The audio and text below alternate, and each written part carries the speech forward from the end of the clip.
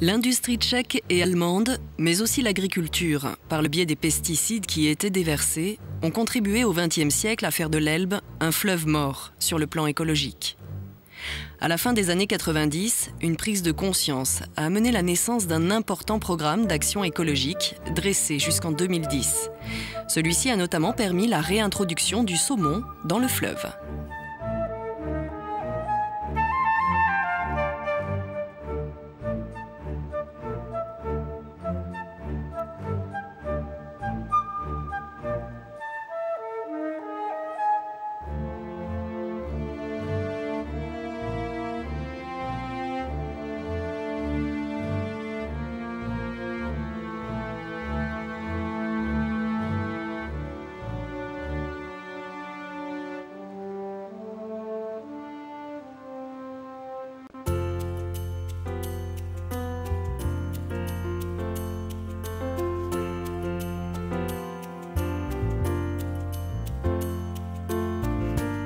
Si la Saxe compte parmi les régions les plus dynamiques de l'Est de l'Allemagne avec l'informatique, l'horlogerie de précision et la construction automobile, c'est la richesse de ces terres qui au Moyen-Âge ont fait sa fortune et souvent son malheur, car les convoitises étaient nombreuses. L'Elbe, voie de communication, a participé à son développement mais aussi aux invasions.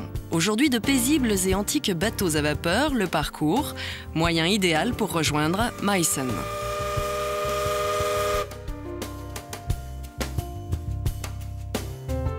Elle fut durant plusieurs siècles une ville florissante dont il reste toujours de nombreux vestiges. Il est agréable de flâner dans ses quartiers anciens, ses ruelles médiévales et de grimper jusqu'au château de Albrechtsburg.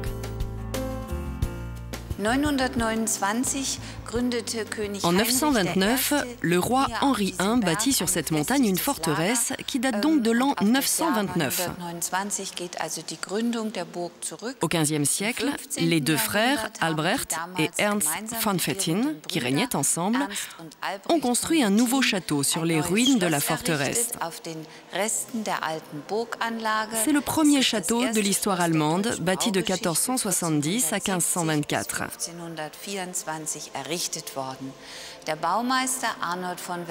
Le maître d'œuvre, Arnold de Westphalie, a utilisé beaucoup de nouvelles formes architecturales pour construire ce château, comme ses voûtes, construites avec une technique nouvelle. Bien que ce château ait été si merveilleusement construit, il n'a jamais été habité. Et comme ce château n'a jamais été utilisé, on a installé ici en 1710, sous le règne d'Auguste le Fort, la première manufacture de porcelaine d'Europe. Et la manufacture est restée dans les murs du château jusqu'en 1873. Et depuis 1881, le château de Albrechtsburg est un musée.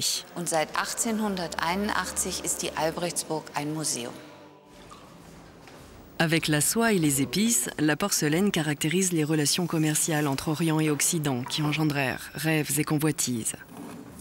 Inventé en Chine au 7e siècle, le secret de fabrication de la porcelaine résista longtemps.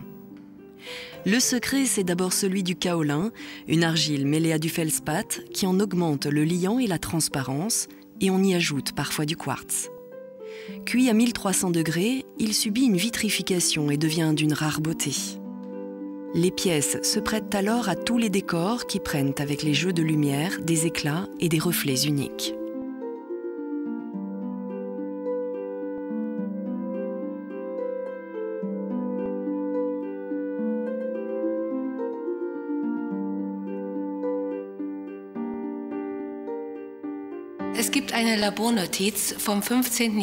Il existe une notice de laboratoire du 15 janvier 1708 qui est le certificat de naissance de la porcelaine européenne. C'est à cette date que commença l'histoire prodigieuse de la porcelaine de Meissen. Et dans ce château, il y avait des artistes extraordinaires tels que Kendler et Herold, qui créèrent de très nombreuses sculptures, de la vaisselle magnifique pour Auguste le Fort. Car Auguste était avide de porcelaine, il était fou de porcelaine. Et quand on sait qu'à cette époque, les arts de la table en Europe avaient une importance prépondérante, on réalise aussi l'importance qu'a pu avoir la porcelaine européenne.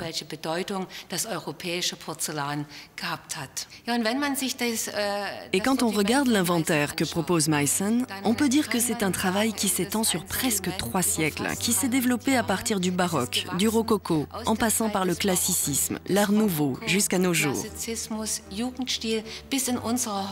Ce qui est fantastique, c'est que chaque génération a ajouté à l'inventaire des pièces nouvelles. C'est un voyage à travers les différentes esthétiques. Et pour nos artistes d'aujourd'hui, c'est encore un grand défi que d'ajouter quelque chose de nouveau à toute cette création.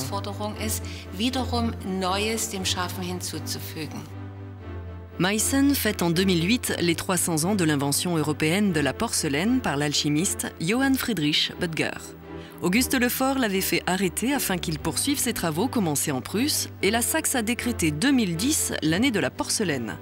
Ironie de l'histoire, la porcelaine de Meissen remporte de nos jours un franc succès à l'exportation, surtout en Extrême-Orient.